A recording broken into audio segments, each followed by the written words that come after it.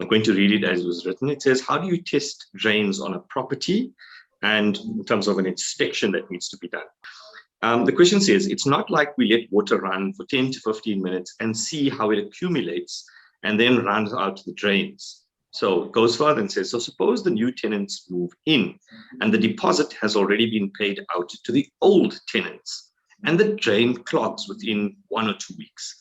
Who will be responsible for this, the owner or the new tenant? Bruno?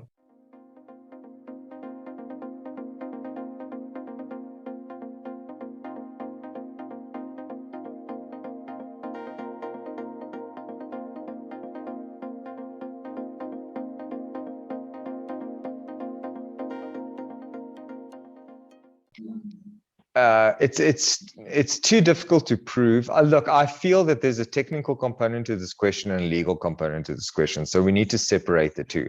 I'm not a drain expert.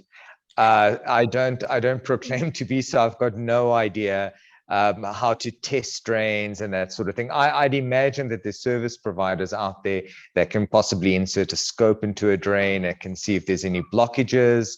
And, you know, I suppose as a precaution, you could put drain cleaner in and try, clear out the drain every once in a while if this is a recurring issue. So how to test the drain, very difficult. I suppose the suggestion of, you know, pouring water into the drain and seeing if it clogs up would work, except it might be a complete waste of water.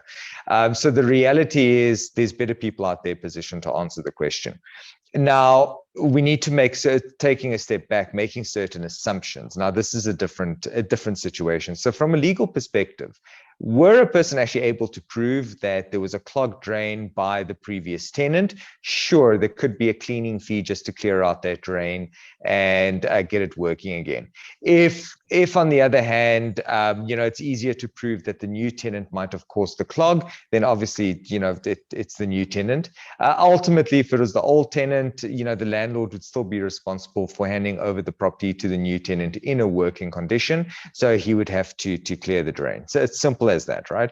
Now, whether this is able to be proved is a completely different story, because drains get clogged. That's the thing. 1 to 2 weeks of a new tenant being on the property does not preclude the drain from getting clogged because of that new tenant. So unless you're literally taking out what the clog was and doing analysis on it to see who the hair belongs to try to determine whether it's from the previous tenant or the new tenant, it's going to be very difficult, because you're going to go to the old guy and it's going to be like, that was 3 weeks ago, man. Anyone could have done that.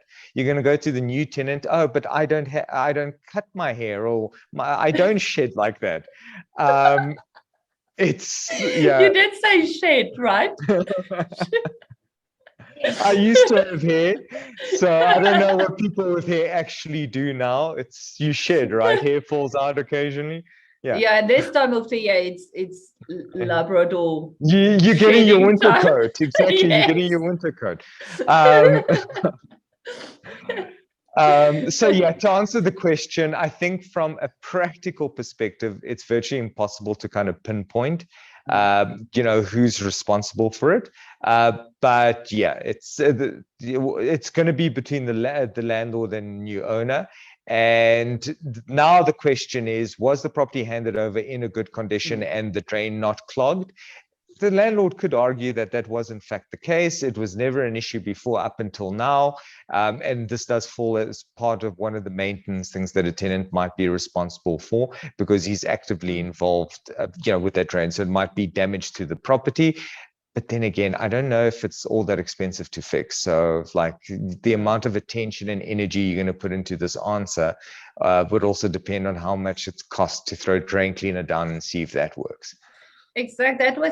That's exactly my feeling about that, Bruno.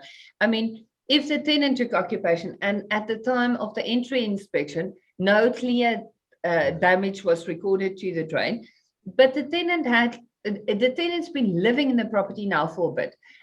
So if the tenant didn't report there's an issue with the drain, I must say I would quite comfortably lay this as a maintenance duty on the tenant, unless you can clearly prove that it was fair wear and tear. So it wasn't a clogged drain, it was the pipes that were worn, and that was causing the problem. Then it's a landlord problem, because then it's fair wear and tear. Yeah, So if it was a clogged drain, 1 or 2 weeks, I mean, I don't know about you, but I sometimes have the most amazing ability to clog the drain if I am too lazy to take the air fryer well outside, if I've done something in the air fryer.